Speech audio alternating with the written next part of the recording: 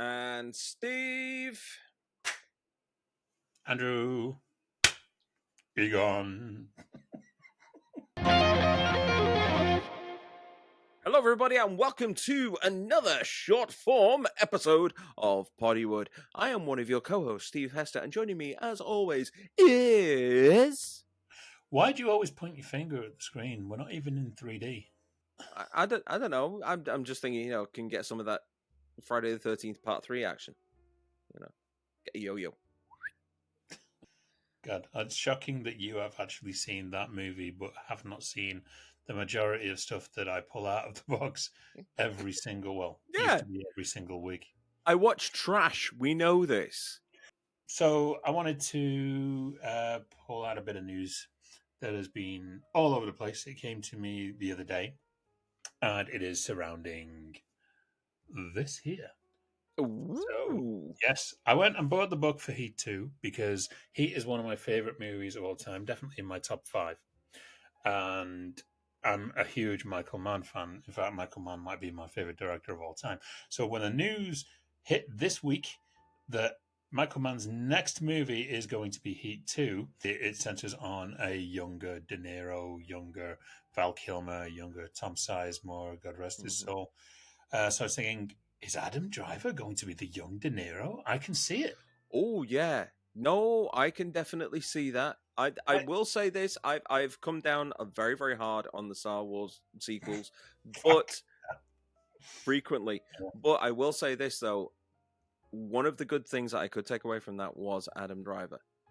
Adam Driver is so good. You can put him in a movie about him fighting dinosaurs, and it is good.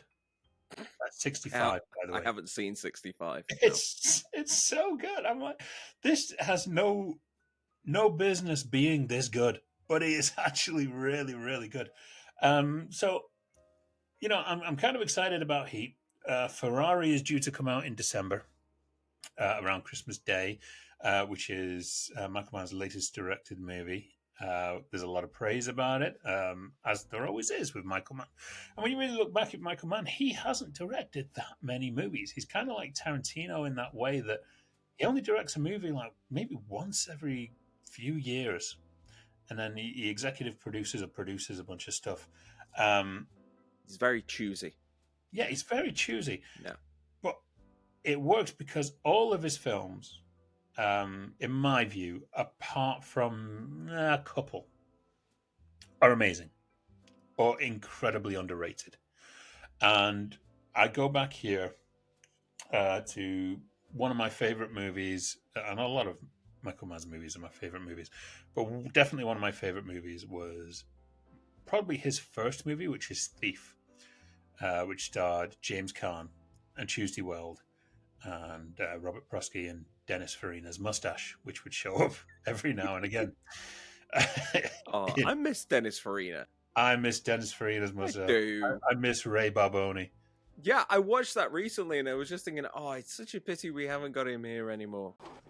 They say the fucking smog is the fucking reason you have such beautiful fucking sunsets.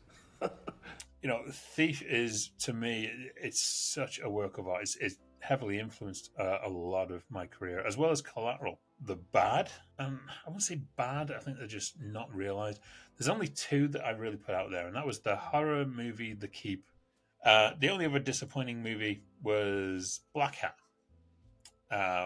which was the whole computer hacking one with Thor himself, Chris Hemsworth, in. But as I mentioned on our John Carpenter episode recently, I mentioned there are films in the resume that you kind of forget that Michael Mann did. A lot of people forget that Heat was not the first time that he tried to tell that story.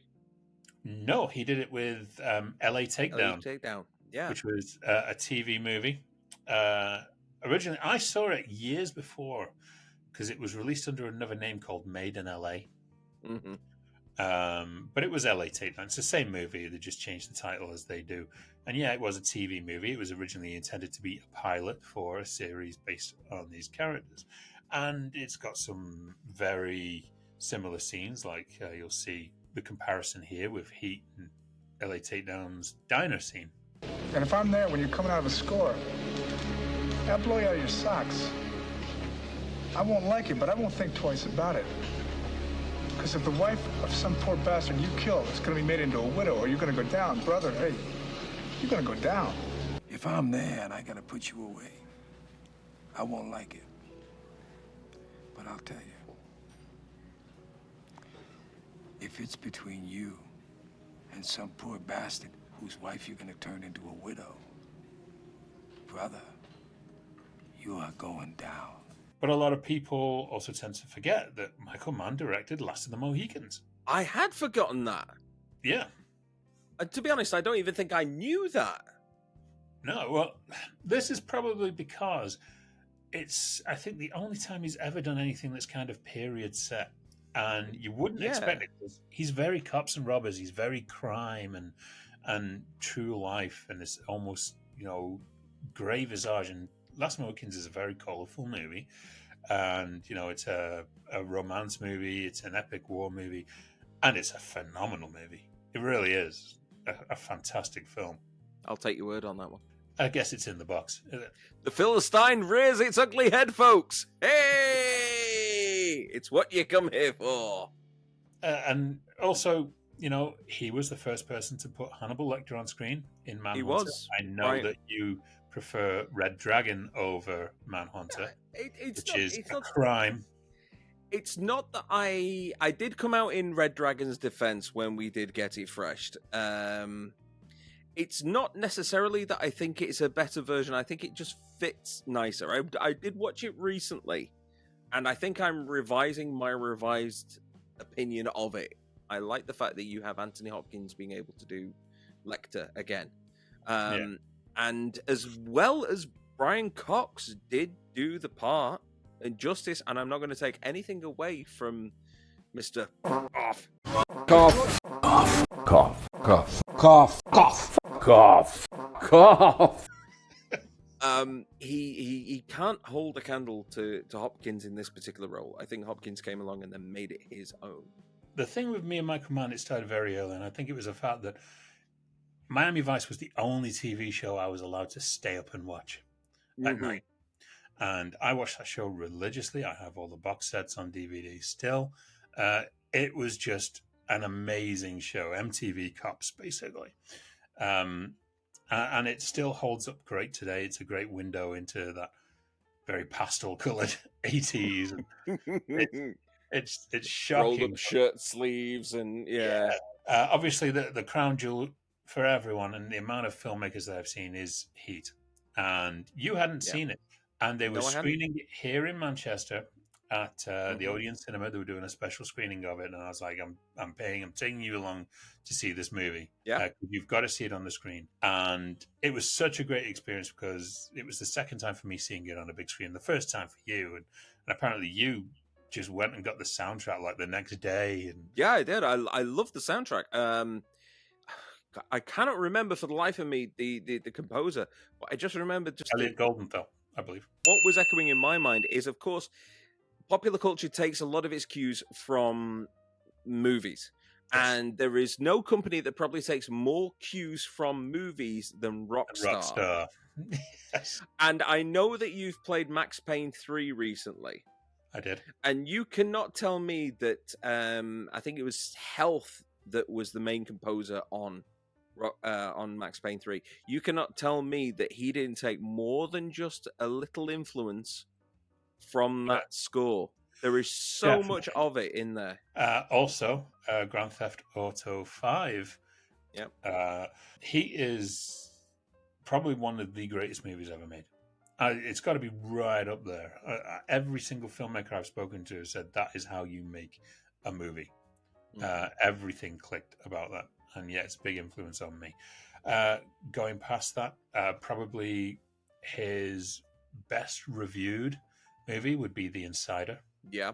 You wouldn't believe that kind of storyline would have you hooked as much as that movie does, but it is incredible. Russell Crowe is incredible in that movie. Al Pacino is amazing. Christopher Plummer, out of this world. Yeah, there was such a huge buzz about it, and I think it was because Michael Mann, like you say, had come out of his 10-year-long Odin sleep to come and direct a film. Well, it was 4 years. I mean, it was actually one of the last films released in the last century. No, it wasn't as long ago as that, was it? Yes, it was. So I remember it came out on VHS not too long after in 2000 because I was running the shop. Oh my God. It'd only be 2 years before he directed another movie, so that's one of the lowest gaps that he had because he came back and did Ali. Will Smith did a very admirable job with Muhammad Ali. He's definitely got a lot of stuff there, and John Voight before he became extremely unpopular. Probably the only sports biopic he did. I know that he executive produced the Lakers series that recently came out. And, but it's funny because, in talking about Collateral, and I could talk about that film all day, it deserves kind of its own episode in a way of how structurally perfect and shot that movie is. And one of the, I think it was the first movie that was shot digitally as well. When did it come out? 2004. No. Oh, am I wrong? No. Attack of the Clones was shot on digital. Yeah, but that's all green screen shit. This is real on location stuff. Still shot on digital footage, though. One that I always get a divide on is Miami Vice. So, I can be the kind of lead critic on this one because I grew up with Miami Vice and was diehard Miami Vice fan for the series. The movie was coming out. Everyone was like, "Oh, this is going to be, tonally different." And yes, it is. But it's a Michael Mann movie who created Miami Vice. And he's gone and made this movie where Colin Farrell and Jamie Foxx take over Crockett and Tubbs. And it is humorless. It's very serious. It's incredibly moody. It hits all of the buttons. I don't know why this is probably one of the worst reviewed. I think there were so many critics of it. But I've seen the unrated version, which is the extended version of it, and it adds a hell of a lot more into it. I think it's about an extra 25 minutes into that movie. It really is a great film and deserves a reevaluation of sorts. So I'm guessing that you're a little bit of a Michael Mann fan then? Yeah, hugely. And this was around the point because I did go and see Miami Vice at the cinema, and I have gone to the cinema to see every Michael Mann film afterwards, and there's not been that many, but there has been Public Enemies. That's another movie that I really, really love. Johnny Depp. I didn't realise that was Michael Mann, to be honest. No. Exactly. There are certain movies that you kind of blank out on. It's a John Carpenter effect.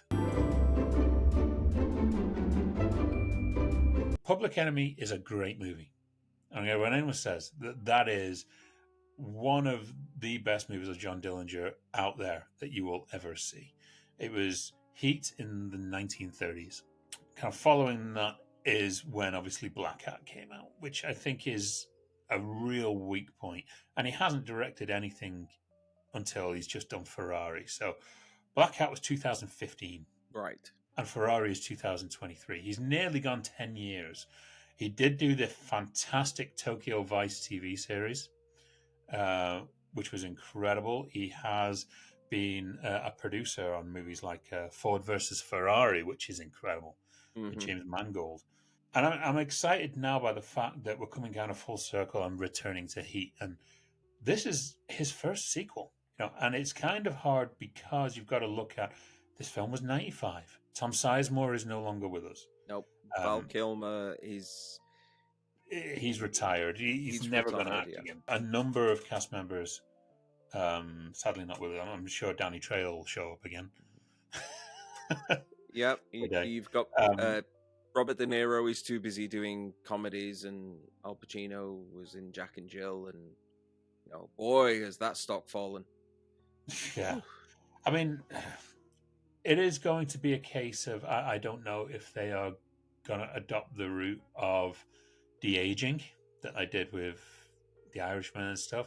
Would that be what they do? I hope not. With the book, it's set in 2 time frames, so it jumps back and forth.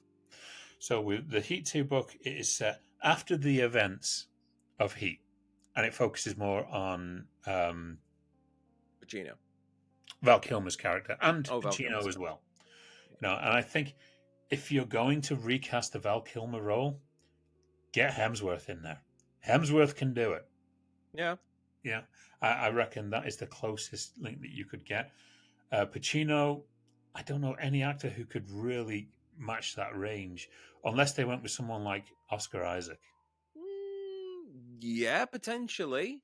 So, Then we've but got if like a they're weird going, Star Wars yeah, mashup again. but going back and being the younger versions of them that are set like years before, Adam Driver is a great choice for De Niro, and I'm hoping they go with it because he has the chops to do that. Maybe just a bit of makeup, maybe a bit of prosthetics and stuff like that to make him resemble De Niro a bit more. Michael Mann has way more hits than misses in his career, and it feels an event. Like Tarantino used to feel an event when his Yeah. movie would come out. It's like you can't miss this because you're going to be waiting 4 more years until something else comes out, and that is what makes them these kind of attractions. It's like Francis Ford Coppola doesn't direct in a long time, and now he's doing another movie. Oh, I've got to go and see this movie. Scorsese's the same. There's very few directors out there that can make a movie feel like an event that you have to see, that you have to stand up and take notice. And Michael Mann is one of them. Well, while we wait to find out if Heat 2 has a really great ass, if you want to get involved in the conversation, then just hit us up on some of the socials that are coming down below. Or, just put a comment in the video below. Whichever. Whatever you're doing, then don't forget to hit the subscribe button and give us a subscription. And that way you can get involved with the conversation as soon as the conversation is happening. Yeah. No use doing it 8 years later when we've all forgotten. No. Subscribe and jump in. Do it now. And that way Bill Daly can come back and say you're full of shit. Yeah, because he will. I know Bill. He's already got the keyboard primed. He's got it copy and pasted. So, yes. Well, thank you for tuning in just to hear a little rumble on the news of Michael Mann returning to do Heat 2. We're really excited about it. I'll be there on opening night. Cast me, man. Come on. Yeah, cast him. And I'll do his voice. Yes. But yeah, we look forward to catching up with you on the next episode of Poddywood. So I guess we will see you soon. Yes. You take care of yourselves. Bye.